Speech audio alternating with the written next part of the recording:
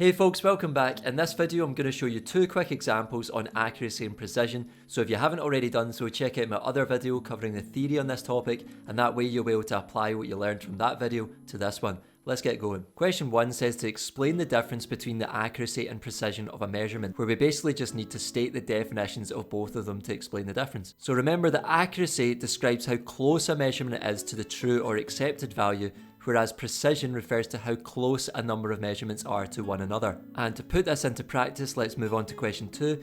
So question 2 says a pupil sitting bored in class decides to measure the length of their desk several times using a meter stick, as you do.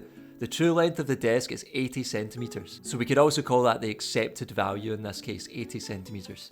Part A says if they consistently measure the length of the desk to be 78 centimeters, what could be said about their measurements in terms of accuracy and precision? Well, they're not going to be accurate results, are they? Because they're offset from the 80 centimeters. So they're not the same as the true length. So they're not going to be accurate, but they are precise because the pupil is consistently obtaining measurements of 78 centimeters. So in this case, we could say that the measurements are precise but not accurate. Part B says another pupil sitting in class sees the fun that the original pupil is having and wants in on the action. They measure the same length 5 times but obtain a range of different values, with none of them being 80 centimeters.